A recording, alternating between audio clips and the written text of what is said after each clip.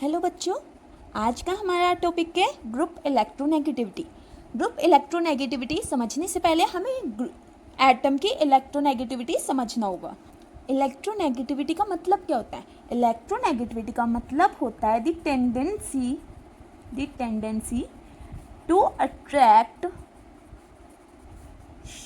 Attract shared pair of electron.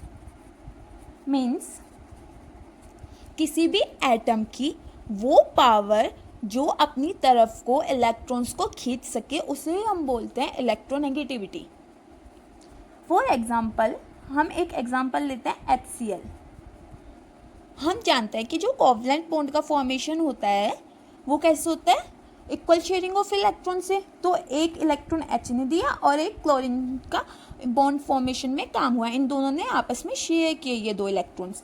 लेकिन जो chlorine है वो इलेक्ट्रोनेगेटिव इन नेचर होता है, जिसकी वजह से जो इलेक्ट्रॉन्स होते हैं वो क्लोरीन के पास होते हैं। अदरवाइज जब इक्वल शेयरिंग ऑफ इलेक्ट्रॉन है तो दोनों के पास इक्वल इलेक्ट्रॉन्स होने चाहिए थे, जिसकी वजह से जब क्लोरीन अपनी तरफ इलेक्ट्रॉन्स खींच लेता है दूसरे भी एटम के, तो क्लोरीन के ऊपर तो आ जाता है डेल्टा नेगेटिव चार्ज और हाइड्रोजन के ऊपर आ जाता है डेल्टा पॉजिटिव चार्ज, और we can say partially positive charge.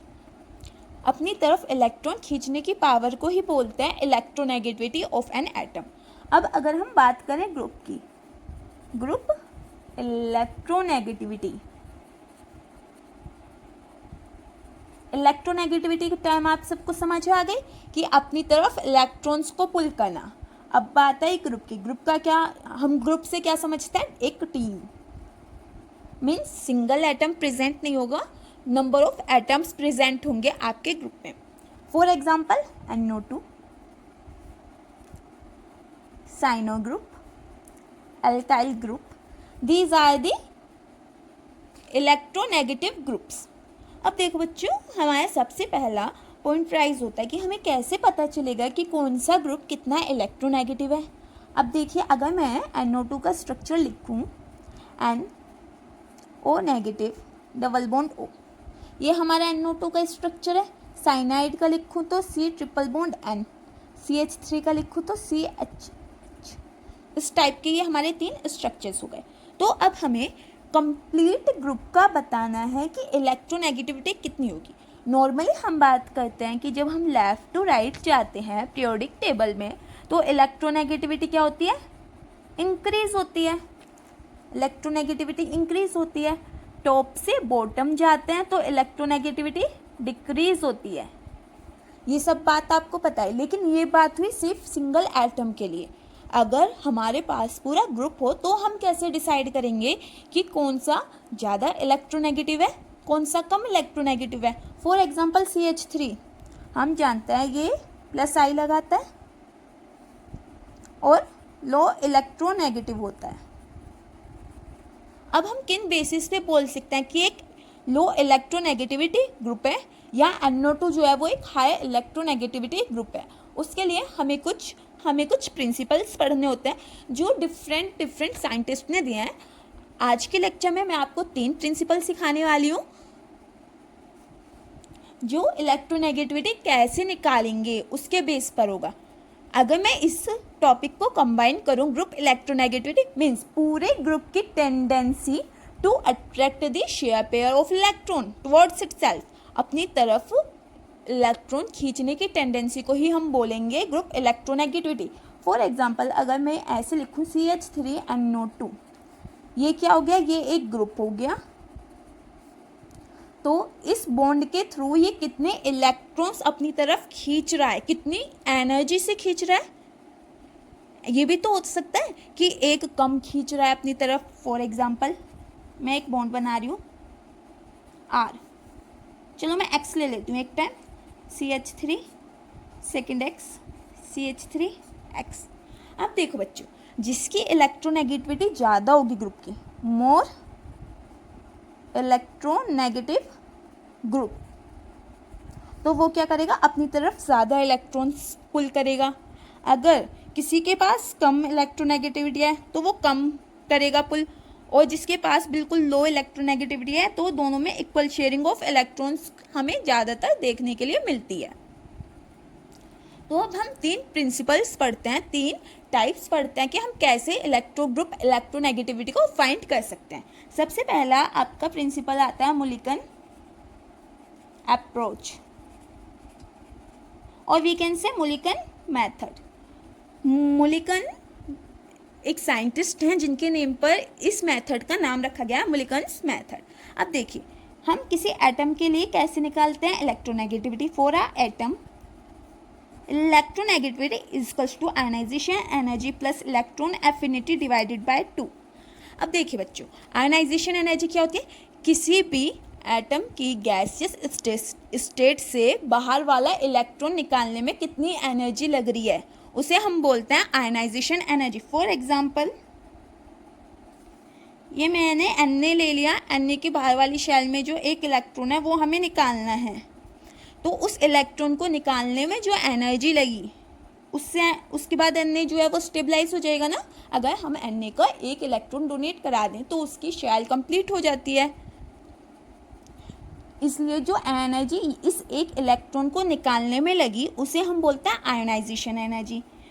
और देखो, जैसे हमारा क्या है, क्लोरीन है। क्लोरीन क्या करता है? एक इलेक्ट्रॉन एक्सेप्ट करता है उसकी ऑक्टेट पूरी करने के लिए। क्लोरीन एक इलेक्ट्रॉन लेता है। अब क्लोरीन कितनी एनर्जी के साथ, मीन्स उसके पास ऐसे कितनी पावर है कि वो उस एक इलेक्ट्रॉन को जो दूसरा सब एटम दे रहा है उसे कितनी पावर के साथ खींच सकता है अपनी तरफ, उसे हम बोलते हैं इलेक्ट्रॉन एफिनिटी। ठीक है बच्चों, तो I E is equals to ionization energy, E A is equals to electron affinity divided by 2। हम एक एटम की इलेक्ट्रोनेगेटिविटी इस फॉर्मूला से निकाल सकते हैं, मुलिकन्स ने ये बताया, मुलिकन ने। देन हम बात करेंगे फॉर अ ग्रुप। चलो, एटम की तो बात हो गई कि हम एटम की आयनाइजेशन एनर्जी और इलेक्ट्रॉन एफिनिटी के द्वारा हम निकाल सकते हैं इलेक्ट्रोनेगेटिविटी। लेकिन अगर बात आए ग्रुप की, तो हम ग्रुप की कैसे निकालेंगे? तो मुल्कन ने बोला कि जब हमें ग्रुप की इलेक्ट्रोनेगेटिविटी निकालनी होती है तो हम आयोनाइजेशन एनर्जी पूरे ग्रुप की लेते हैं प्लस इलेक्ट्रॉन एफिनिटी भी पूरे ग्रुप की लेंगे। ग्रुप में जितने भी एटम्स हैं सबको कंसिडर्ड किया जाता है। ओके बच्चों, डिवाइडेड बाय 2। तो उससे हमें क्या मिल जाएगी? Electronegativity of a group, electronegativity of a group. Clear? Next हम पढ़ेंगे सैंडरसन्स मेथड। सेकंड कौन सा है? सैंडरसन्स मेथड। बच्चों, मैं यहाँ पर सारे मेथड्स नहीं पढ़ाऊंगी, बस मैं 3 पढ़ा रही हूँ, और जो आपके बुक में इंक्लूड हों उन्हें भी रिवीजन कर लेना। सैंडरसन मेथड, सैंडरसन मेथड के अकॉर्डिंग जो इलेक्ट्रोनेगेटिविटी होती है वो होती है इक्वल टू K(n)/V। एन क्या है? Total number of electrons of the group. Means किसी भी ग्रुप में कितने नंबर ऑफ इलेक्ट्रॉन्स हैं। V क्या हो गया? वॉल्यूम। मीन्स जितने नंबर ऑफ इलेक्ट्रॉन्स हैं ग्रुप के, उन्होंने कितना वॉल्यूम और we can say space occupy किया हुआ है, उसे हम लिखेंगे V की टर्म में। K is an constant term. बच्चों, जो इलेक्ट्रोनेगेटिविटी सीरीज होती है for an atom, electronegativity for an atom, हम जनरली बोलते हैं लेफ्ट से राइट जाएंगे तो इलेक्ट्रोनेगेटिविटी इंक्रीज होगी, टॉप से बॉटम जाएंगे तो इलेक्ट्रोनेगेटिविटी डिक्रीज होगी। लेकिन बच्चों, जब हम डी ब्लॉक पढ़ते हैं उसमें एक्सेप्शन आता है इलेक्ट्रोनेगेटिविटी का, तो इसलिए इस कंसेप्ट को सब में फॉलो अप मत करना। लेकिन हाँ, ये पी ब्लॉक के लिए एकदम करेक्ट है, एस ब्लॉक के लिए भी बिल्कुल करेक्ट है। अब हम नेक्स्ट मेथड पढ़ेंगे इलेक्ट्रोनेगेटिविटी को मेजर करने के लिए किसी भी ग्रुप की का, polling extension method. Polling extension method.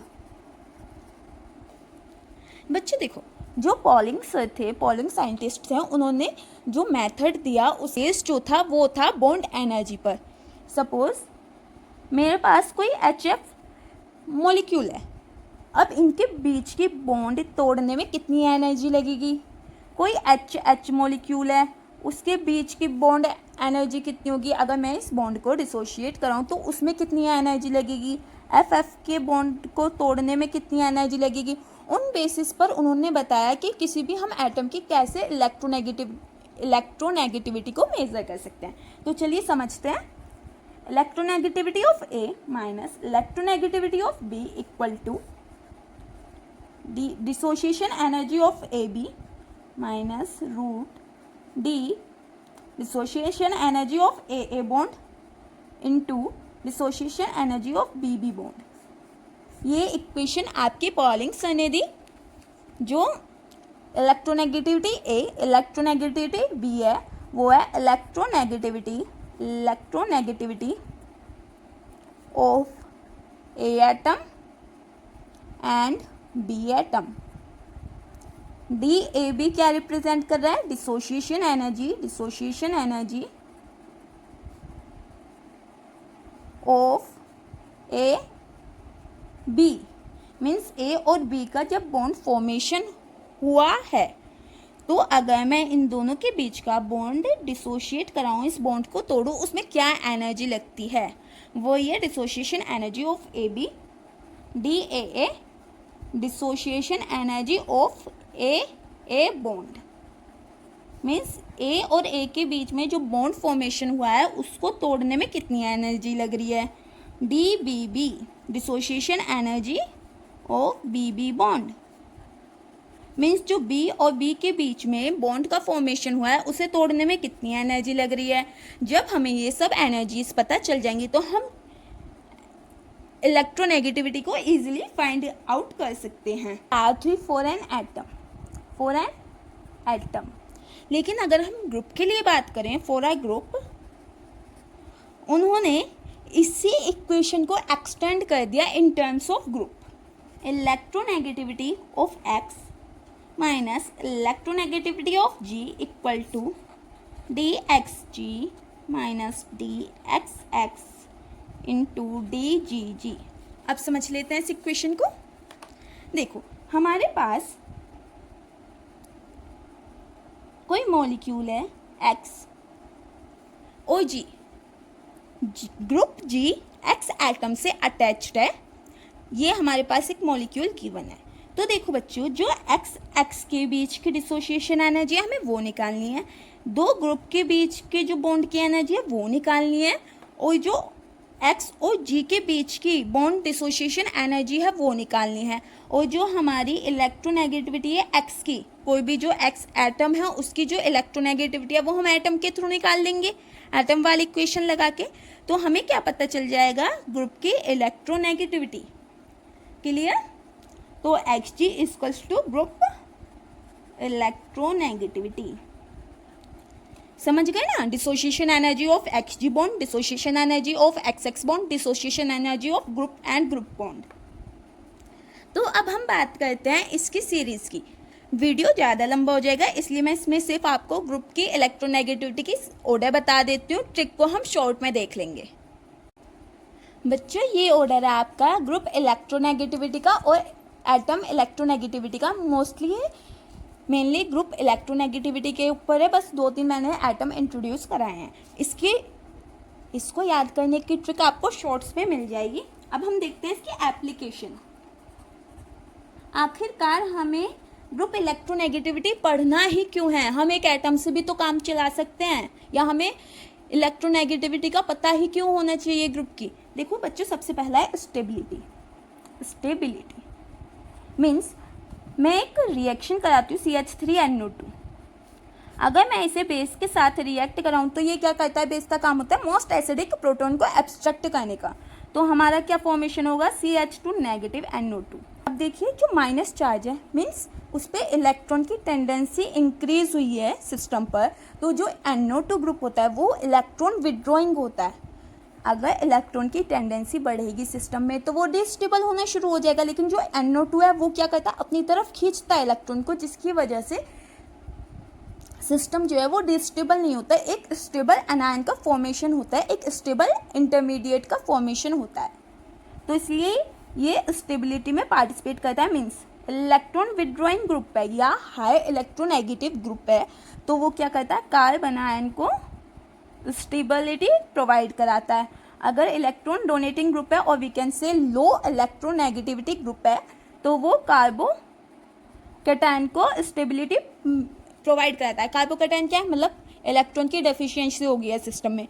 अगर डेफिशिएंसी सिस्टम में हो गई है और उसके पास कोई इलेक्ट्रॉन डोनेटिंग ग्रुप है तो वो अपने इलेक्ट्रॉन उसे दे सकता है कि वो स्टेबलाइज रहे, उसके पास पैसों की कमी ना रहे।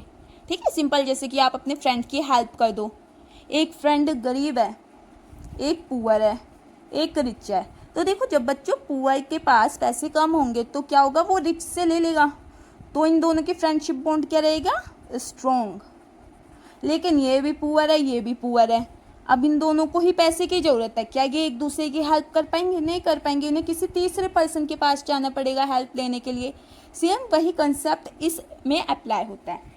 नेक्स्ट है SN1 एंड SN2 की स्टेबिलिटी। जैसे हमने देखा अगर कार्बोकैटायन स्टेबल होगा तो SN1 रिएक्शन होगी, अगर कार्बोकैटायन स्टेबल नहीं है तो SN2 होगी। अगर हाँ कार्बोकैटायन के पास हम strong electron withdrawing means NO2 लगा दें तो क्या वो कभी फॉर्मेशन होगा, बेचारा पहले ही पुअर है, गरीब है, उसके पास हमने दूसरा गरीब और लगा दिया जो उससे पैसे मांग रहा है, ज़बरदस्ती खींच रहा है, तो वो क्या स्टेबल रहेगा, ये तो और ज़्यादा लॉस में चला गया। तो ये फ्रेंडशिप करेगा क्या, कभी इससे नहीं करेगा ना।